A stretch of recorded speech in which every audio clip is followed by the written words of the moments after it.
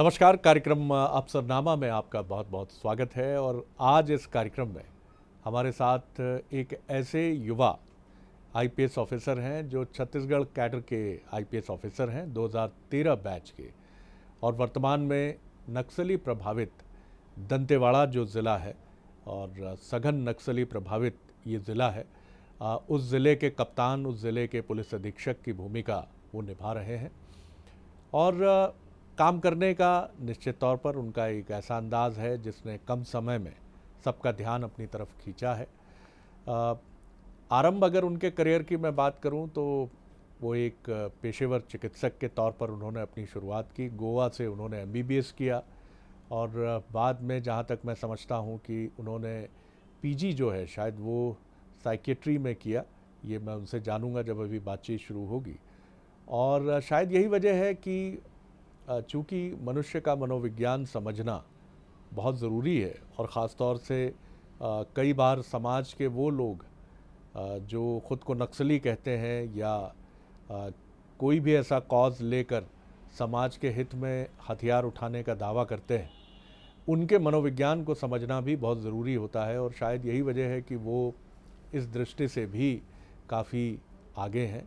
और यही वजह है कि दंतेवाड़ा में लोन वराटू और बदेलम एडका, ये जो उनके नक्सलियों के आत्मसमर्पण के कार्यक्रम रहे हैं, ये बहुत चर्चित रहे हैं और इन्होंने खासी संख्या में नक्सलियों को आत्मसमर्पण करते हुए मुख्य धारा में आने के लिए प्रेरित भी किया है। और इसकी बड़ी चर्चा भी न सिर्फ छत्तीसगढ़ में बल्कि देश में रही है।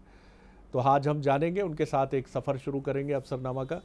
हमारे साथ हैं 2013 बैच के आईपीएस और वर्तमान में दंतेवाड़ा के एसपी की जिम्मेदारी निभाने वाले अभिषेक पल्लव जी। बहुत स्वागत करता हूं अभिषेक जी आपका अफसरनामा में। धन्यवाद सर। सर, सबसे पहले हम आपको ले जाते हैं फिर एक पीछे की तरफ, यादों के झरोखों की तरफ, और मैं धीरे से ये दरवाज़ा और ये खिड़की आपके लिए खोलता हूं और आपको ले जाता हूं एक 16-17 साल की टेंडर एज की तरफ। तो मैं जानना चाहूँगा, हमारे व्यूवर्स भी जानना चाहेंगे कि अभिषेक जी मूलतः किस प्रांत से रहने वाले हैं। भारत एक बहुत ही विविध वर्णीय संस्कृति वाला एक राष्ट्र है और यही इसकी सबसे बड़ी ताकत और ख़ासियत भी है। आप किस प्रांत से हैं आप, और अपनी पारिवारिक पृष्ठभूमि के साथ अपनी शैक्षणिक बैकग्राउंड के बारे में भी थोड़ा सा हमें बताइए जी। मेरा नाम डॉक्टर अभिषेक पल्लव है। मैं ओरिजिनली बिहार का रहने वाला हूँ। बिहार के बेगूसराय जिले में जन्म हुआ था मेरा जी। मेरे जो पिता हैं वो मिलिट्री इंजीनियरिंग सर्विसेज के थ्रू, यूपीएससी के थ्रू वहाँ पे ज्वाइन हुए थे, जिस कारण मैं आर्मी, एयरफोर्स और नेवी तीनों के साथ हमारा रहना हुआ। मैं सरकारी स्कूल केंद्रीय विद्यालय जो सेंट्रल स्कूल है वहाँ पे पहली से लेकर 12वीं तक मैंने पढ़ाई की जी। जिसमें कि अलग अलग जगह, जिसमें कि सिलीगुड़ी, शिलोंग, पुणे, बेंगलोर, पटियाला, इलाहाबाद, ग्वालियर, अलग अलग जगहों पे मैंने अलग अलग क्लासेस केंद्रीय विद्यालय में पढ़ा है जी। केंद्रीय विद्यालय से 10वीं और 12वीं मैंने गोवा से पास किया और उसके बाद गवर्नमेंट मेडिकल कॉलेज गोवा से मैंने एमबीबीएस की पढ़ाई की। वहाँ से एमबीबीएस की पढ़ाई पूर्ण करने के बाद जो मैंने एमडी साइकेट्री में अखिल भारतीय आयुर्विज्ञान संस्थान एम्स दिल्ली से 2006 और से 2009 तक किया जी। जो मेरे छोटे भाई हैं वो भारतीय वन सेवा में 2014 बैच में मध्य प्रदेश काडर के अधिकारी हैं। और मेरी एक छोटी बहन है जो कि ऑप्स एंड गायनिक में उन्होंने मेडिकल के बाद पोस्ट ग्रेजुएशन किया है क्योंकि शुरू से ही आर्मी बैकग्राउंड से पापा रहे हैं। पूरे टाइम हम लोग देश सेवा में वो लगे रहे हैं। तो मेरी हमेशा इच्छा थी कि फोर्सेस के लिए कुछ किया जाए, आर्म्ड फोर्सेस के साथ कुछ किया जाए, और इसीलिए देश के लिए लड़ना, देश सेवा में आना, हमेशा मेरे मन में ये बात हमेशा रही है। सर, बहुत ही शानदार जो ये आपका परिचय रहा है। एक तो इसका मतलब है कि परिवार में राष्ट्र प्रेम, देश सेवा का जज्बा शुरू से सबसे ऊपर रहा है, और दूसरा उसी के साथ अनुशासन और पढ़ाई के प्रति एक गहरा अनुराग आपके पूरे परिवार में हमने देखा। और यही वजह है कि जो तीनों आप सिबलिंग्स हैं ये सब आज बहुत ही वेल प्लेस्ड हैं और बहुत ही शानदार तरीके से अपने जीवन को आगे बढ़ा रहे हैं। आपका जो तखल्लुस है सर, जिसको हम कहते हैं उपनाम, मुझे लगता है ये शायद आपने, क्या आप लिखते भी हैं? क्योंकि बड़ा खूबसूरत सा अभिषेक के साथ, अभिषेक अपने आप में इटसेल्फ इज़ अ मार्वलस, बहुत ही खूबसूरत नाम है सर। इसके साथ जो ये पल्लव जुड़ा है, ये इसकी कहानी थोड़ी सी हमें बताइए जी। ये पल्लव टाइटल मेरे पापा ने दिया कि पल्लव जो है वो एक दक्षिण भारत में एक बड़ा साम्राज्य हुआ करता था। जी हाँ, जी हाँ, जी हाँ। उसी से प्रेरणा लेके कि अभिषेक जो है वो राज्याभिषेक है, मतलब एक अलग जी जी। तो निश्चित रूप से जी, जी, जो जी। देश की जो पुरानी कल्चर है उसी से लेते हुए मेरे फादर ने ये नाम दिया था, जिससे कि किसी जाति और धर्म से कोई एसोसिएशन ना हो। क्या बात है, क्या बात है। और देखिए कितना बढ़िया पापा जी ने कॉम्बिनेशन देखा। एक तरफ तक्षशिला और नालंदा की केंद्र बिंदु रही हमारी बिहार की भूमि, और दूसरी तरफ दक्षिण भारत का एक बहुत ही समर्थ शासक वंश, और इन दोनों का कॉम्बिनेशन, उत्तर और दक्षिण का, बहुत बहुत बधाई आपको। धन्यवाद जी।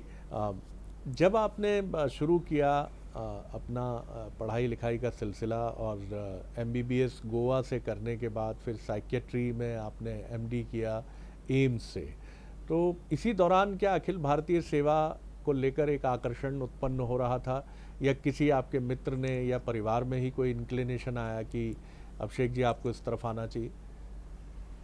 हाँ, शुरू से मेरी इच्छा थी क्योंकि अखिल भारतीय सेवा IAS IPS में एग्ज़ाम देके, क्योंकि यदि सबसे ज़्यादा अधिक लोगों को एक साथ प्रभावित करना है, यदि समाज कल्याण के लिए सबसे जो कि मिडिल क्लास के लिए जो एक अपॉर्चुनिटी है वो ऑल इंडिया सर्विसेज है, जहाँ पे आप बिल्कुल ग्राउंड लेवल से काम करके लोगों की ज़िंदगी में एक बेहतरी ला सकते हैं।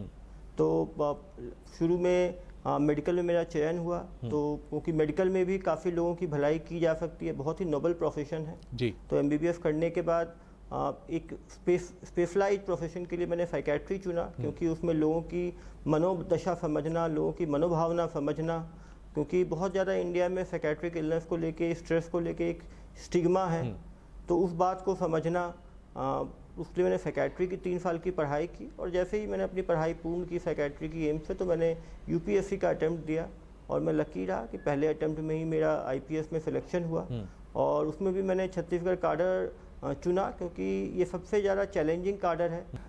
जो आपने सर कार्यक्रम शुरू किए यहाँ, एक तो लोन वराटू, ये क्या वहाँ की स्थानीय भाषा में दिए गए शब्द हैं, बदेलम मैडका, लोन वराटू, और इसका थोड़ा मतलब समझाते हुए, और किस तरह इसने नक्सलियों को आत्मसमर्पण करके मुख्य धारा से जुड़ने के लिए प्रेरित किया, थोड़ा सा इसके बारे में हमें बताइए। लोन वराटू यहाँ गोंडी डायलेक्ट है, गोंडी भाषा है, जो कि यहाँ के गोंड जो आदिवासी हैं जिसका उपयोग करते हैं, जो कि थोड़ा सा तेलुगु से और दक्षिण भारत भाषा से थोड़ा मिलता है। तो लोन का मतलब घर होता है, वराटू का मतलब वापस आइए, मतलब अपने घर वापस आइए। कहीं ना कहीं कम उम्र में जो लोग हैं, जो बच्चे हैं, वो नक्सली प्रभाव में आकर 2005 से 10 के बीच में काफ़ी लोग नक्सलवाद में चले गए। इन सबको देखते हुए मैंने सोचा कि कहीं ना कहीं इनके घर वापसी के लिए लोन वराटू अभियान लॉन्च किया जाए। हमने गांव-गांव में हर घर में जितने नक्सल थे वहाँ के पर्चे चिपकाए जी। सरपंच को, जो टीचर्स हैं, मितानीन हैं, सबसे संपर्क साधा और उनसे हर गांव का एक प्रोफाइल बनाया और उनके परिवार से, उनके कम्युनिटी से, जो उनके रिलीजियस लीडर्स हैं, उनसे अपील करवाई कि आप इनसे अपील करें कि ये आएँ, मुख्य धारा में जुड़ें। पहले ऐसा सोच थी कि जो भी सरेंडर करेगा उसको पुलिस के में ही काम करना पड़ेगा, लेकिन हमने इसमें चेंज लाया कि वो आत्मसमर्पण करें, वो जो स्किल सीखे, मछली पालन हो गया, मुर्गा पालन हो गया, खेती हो गया, ड्राइविंग हो गई, वो जो अपना व्यवसाय करना चाहे वो करे, अपने ग्रामीण, अपने गांव के विकास में वो एक कंट्रीब्यूटर बने। इस अभियान से हमें इतनी सफलता मिली कि पिछले 6 महीने में करीब 220 नक्सली सरेंडर कर चुके हैं, जिसमें 56 इनामी नक्सली हैं जी। फिर हमने देखा कि जो लोन वराटू में वापस आते हैं उनको काफ़ी कुछ पता नहीं है कि क्या उनके अधिकार हैं, क्या उनके व्यवसाय के ऑप्शंस हैं, गवर्नमेंट के क्या क्या स्कीम्स हैं। तो उसके लिए हमने बदले मेड का स्टार्ट किया, जिसका मन है बदलता मन। जो उनकी थॉट प्रोसेस है उसको बदलने की कोशिश हुई। कहीं ना कहीं जो प्रो नक्सल विचारों से उनके दिमाग में भरा हुआ था, उससे प्रो गवर्नमेंट होना, प्रो विलेज होना, उसकी हमने कोशिश की। और कहीं ना कहीं बदले अमेरिका का भी असर पड़ रहा है कि अब ग्रामीण जो घर वाले खुद जो नक्सली परिवार के सदस्य हैं उनको लेकर आ रहे हैं और आत्मसमर्पण कर रहे हैं। तो एक बहुत बड़ा चेंज है जो कि एक बात थी कि इंटरनल सिक्योरिटी थ्रेट है, ये हमारे अपने लोग हैं जो कहीं ना कहीं एडमिनिस्ट्रेटिव वैक्यूम के कारण, पॉलिटिकल वैक्यूम के कारण नक्सलवाद में चले गए। तो जो जिस तरह से नक्सली पहले मीटिंग्स लिया करते थे, इनको समझाइश दिया करते थे, उसी तरह से हम जितना प्रशासनिक अमला है, हेल्थ अमला, एजुकेशन का अमला, पंचायत का अमला, ट्राइबल डेवलपमेंट का अमला, सभी शासकीय विभागों को हम साथ लेके एकजुट होकर हम कोशिश कर रहे हैं कि इन सभी भटके लोगों को जो है गांव वापस लाया जाए और इनकी मदद से ही बस्तर में विकास की, शांति की, सुरक्षा की एक नई गाथा लिखी जाए। निश्चित तौर पर सर, इसके लिए आप और आपकी पूरी टीम दंतेवाड़ा की बधाई की पात्र है। मैं आगे बढ़ता हूँ इस सवाल के साथ। जो आपका सर एजुकेशन का बैकग्राउंड है, ख़ासतौर से आपने साइकेट्री में पीजी किया है, कितनी इससे आपको मदद मिलती है? क्योंकि मनुष्य मन की जटिलताएं ही उसको रुग्णता की तरफ यानी बीमारी की तरफ ले जाती हैं, और बीमारी ही है ये जिसको नक्सलवाद हम कहते हैं। आप किस तरह देखते हैं अपने प्रोफेशन को, ख़ासतौर से एक चिकित्सक के प्रोफेशन को? क्योंकि मैं देखता हूं कि आप बड़ा कनेक्ट करते हैं जब आप गांव-गांव जाते हैं, तो आपके साथ सिर्फ आपकी रिवॉल्वर या आपके पास ऑटोमेटिक राइफल्स ही नहीं होती, आपके पास स्टेथोस्कोप होता है, जो मनुष्य के मन को जीतने का एक बड़ा हथियार है। क्या कहेंगे आप? जो प्यार की गोली है, जो अपनापन की गोली है, ये बहुत इम्पोर्टेंट है। हमने ट्राइबल्स को अपना समझना, जब पुलिस भी उन्हीं में से आई हुई है, इस बात का एहसास दिलाना जी। इसके लिए हमने काफ़ी लोकल लोगों को रिक्रूट किया। जब भी हम गांव जाते हैं अपने साथ दवाइयों का सेट लेके जाते हैं। हम हैं जो कुछ पुलिस के ही लोग थे जिनको हमने दवाइयों की बेसिक ट्रेनिंग दी, वो भी जब गांव जाते हैं, जो बीमार होते हैं उनको हम दवाइयाँ देते हैं, जो ज़्यादा बीमार होते हैं उनको NMDC अस्पताल, जिला अस्पताल, वहाँ भर्ती कराते हैं। तो कहीं ना कहीं जो उनके दुख और सुख में जब पुलिस जो है वो एक कंट्रीब्यूटर बनती है, अंदरूनी क्षेत्र जहाँ पे प्रशासन नहीं पहुँच पा रहा, वहाँ पे प्रशासनिक लोगों को सुरक्षा देके हम ले जाते हैं, जो हेल्थ अमला है, एजुकेशन अमला है। हम ये समझना जरूरी है कि वो क्यों नक्सलवाद में गए, वो डर से गए, भय से गए, या क्योंकि हम वहाँ जा नहीं पाए इसलिए वो उनसे जुड़े।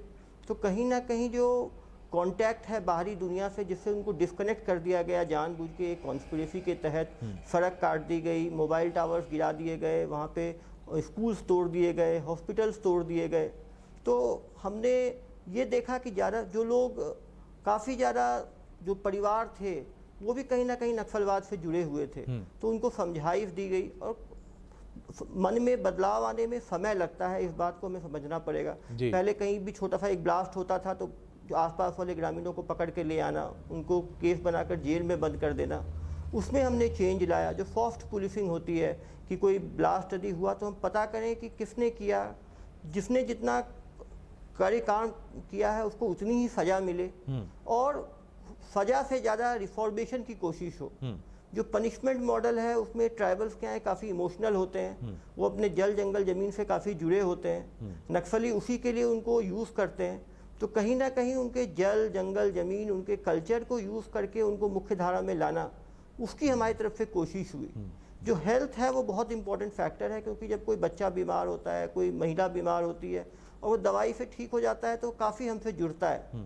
तो इसीलिए हमने कोशिश की जो हेल्थ अमला है वो भी सुरक्षित अंदर पहुंच पाए, और ग्रामीण को हम जितना हो सके हम सुविधाएं दे पाएँ।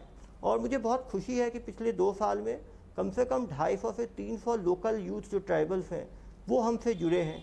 जब छोटी मोटी समस्याएं होती हैं उसके लिए वो पुलिस थाने आते हैं। पहले पुलिस कैंप खुलते ही विरोध शुरू हो जाता था, विवाद शुरू हो जाता था। अब सैकड़ों ग्रामवासी आके अपने यहाँ पुलिस कैंप की मांग कर रहे हैं, जो अपने आप में एक बहुत बड़ा बदलाव है। और एक डॉक्टर से जो दिल का रिश्ता जो होता है, दर्द समझने वाली जो शक्ति होती है, उसका निश्चित रूप से इंसर्जेंसी में मुझे बहुत फ़ायदा मिला है। बिल्कुल आपने ठीक कहा सर, और इसमें आपकी संवेदना बहुत बड़ा रोल प्ले करती है। आपका जो ये मानवीय पक्ष है ये, क्योंकि बिल्कुल मैं आपसे 100% सहमत हूँ कि जब आप अपने लोगों के बीच में ही हथियार लेके होते हैं तो हथियार की ताकत से बड़ी ताकत इंसानियत की ताकत होती है। और अगर फोर्सेस के पास वो ताकत है, और निश्चित तौर पर भारतीय फोर्सेस के पास वो ताकत है, चाहे वो पुलिस हो चाहे वो सेना, कि उनकी मुस्कुराती चमकती आंखें और उनका मानवीय पक्ष निश्चित तौर पर एक बहुत बड़ा बदलाव का कारण बन सकता है। और ये दंतेवाड़ा और बस्तर में हम निरंतर देख रहे हैं। अब मैं थोड़े अलग सवालों की तरफ आता हूँ। वो दिन जब आपने तैयारी शुरू की अखिल भारतीय सेवा के लिए, तो कई युवा, बड़ी संख्या में, लाखों की संख्या में युवा ये कार्यक्रम देखते हैं अभिषेक जी, और वो जानना चाहते हैं कि आखिर तैयारी वो कैसे करें। आप तो शुरू से ही बहुत मेधावी विद्यार्थी रहे हैं, थोड़ी सी कुछ टिप्स हमारे उन युवाओं को दीजिए जो अखिल भारतीय सेवा में आना चाहते हैं। जज्बा भी है उनके भीतर, लेकिन तरीके में कहीं ना कहीं वो चूक करते हैं। अखिल भारतीय सेवा के लिए, यूपीएससी के लिए ज़रूरी है कि शुरू से इंक्लिनेशन रहे। जब आदमी, जो स्कूल में बच्चे हैं, वो शुरू से अपने जो science, social studies, history, geography, economics समझें और पढ़ें। बहुत ज़रूरी है कि न्यूज़पेपर्स पढ़ने की आदत हो, दुनिया में क्या चीज़ हो रही है। यूपीएससी के लिए बहुत ज़रूरी है क्रिटिकल थिंकिंग, हर चीज़ में जानना कि इसके क्या पक्ष हैं, इसके क्या विपक्ष हैं। जब भी दोस्तों के साथ बैठें, हर मुद्दे पर डिबेट करें, हर मुद्दे के पक्ष विपक्ष की बातें जानें, देश दुनिया में जो भी चीज़ें चल रही हैं उसके बारे में डिस्कस करें। बहुत ज़रूरी है स्टडी पार्टनर हो अपना, जो कि आपके साथ जिसकी फ्रिक्वेंसी मैच करती हो। हमेशा पॉजिटिव लोगों के साथ रहें, क्योंकि यूपीएससी परीक्षा में बहुत ज़रूरी है पेशेंस। हो सकता है आप पहले अटेम्प्ट में निकल जाएं, हो सकता है 2, सेकेंड, थर्ड, फोर्थ अटेम्प्ट भी लग सकता है, क्योंकि ज़िंदगी में वही आदमी आगे निकलता है जिसमें पेशेंस हो। और वो ये परीक्षा भी टेस्ट करती है। जी जी जी। ये परीक्षा टेस्ट करती है आपकी पर्सनैलिटी को, कि आप देश के लिए कितना कुछ करना चाहते हैं, समाज के लिए कितना कुछ करना चाहते हैं। यदि ये लगन आपके अंदर नहीं है, तो यदि आप सर्विसेज में आ भी जाएंगे तो बहुत लंबे टाइम तक आप टिक नहीं पाएंगे, आप फ्रस्ट्रेट होंगे। तो मैं सभी लोगों से ये आग्रह करता हूँ कि जो भी लोग यूपीएससी की तैयारी करना चाहते हैं, वो एक इंक्लिनेशन को डेवलप करें, क्योंकि यूपीएससी क्रिटिकल थिंकिंग को काफ़ी अप्रिशिएट करती है। जो क्वेश्चंस भी आते हैं वो काफ़ी जो है अपने व्यूज़ जानने के लिए होते हैं, और व्यूज़ आपके किस तरह से हैं, हर इश्यूज़ के ऊपर आपका एक अपना नज़रिया होना चाहिए। तो यदि उसको आप डेवलप करते, जो एनसीईआरटी की किताबें हैं, किताबें को पढ़ने से ज़्यादा उसको समझने की कोशिश करें जी। तो क्योंकि कंपटीशन हमेशा टफ रहता है, काफ़ी लोग उसकी तैयारी करते हैं, लेकिन मैंने देखा है जिसने मन से डेडिकेशन के साथ तैयारी की है, निश्चित रूप से जो है वो इसमें सेलेक्ट हुए हैं और वो आगे बढ़े हैं। सर, आपने बहुत अच्छे तरीके से ये टिप्स दी हैं। मुझे लगता है कि इससे बेहतरीन तरीका कोई हो नहीं सकता। और जो लोग, ख़ासतौर से हमारे युवा जो बड़ी संख्या में ये प्रोग्राम देखते हैं, उन्हें ज़रूर लगा होगा कि ये वाकई एक एक्सपर्ट ओपिनियन है।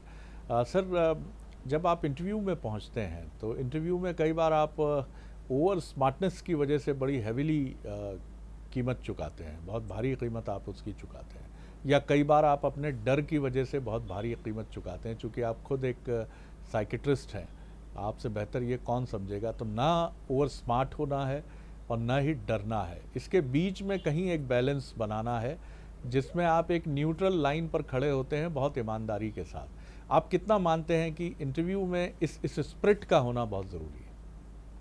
इंटरव्यू, वो जो पर्सनैलिटी असेसमेंट, उसका नाम है पर्सनैलिटी असेसमेंट।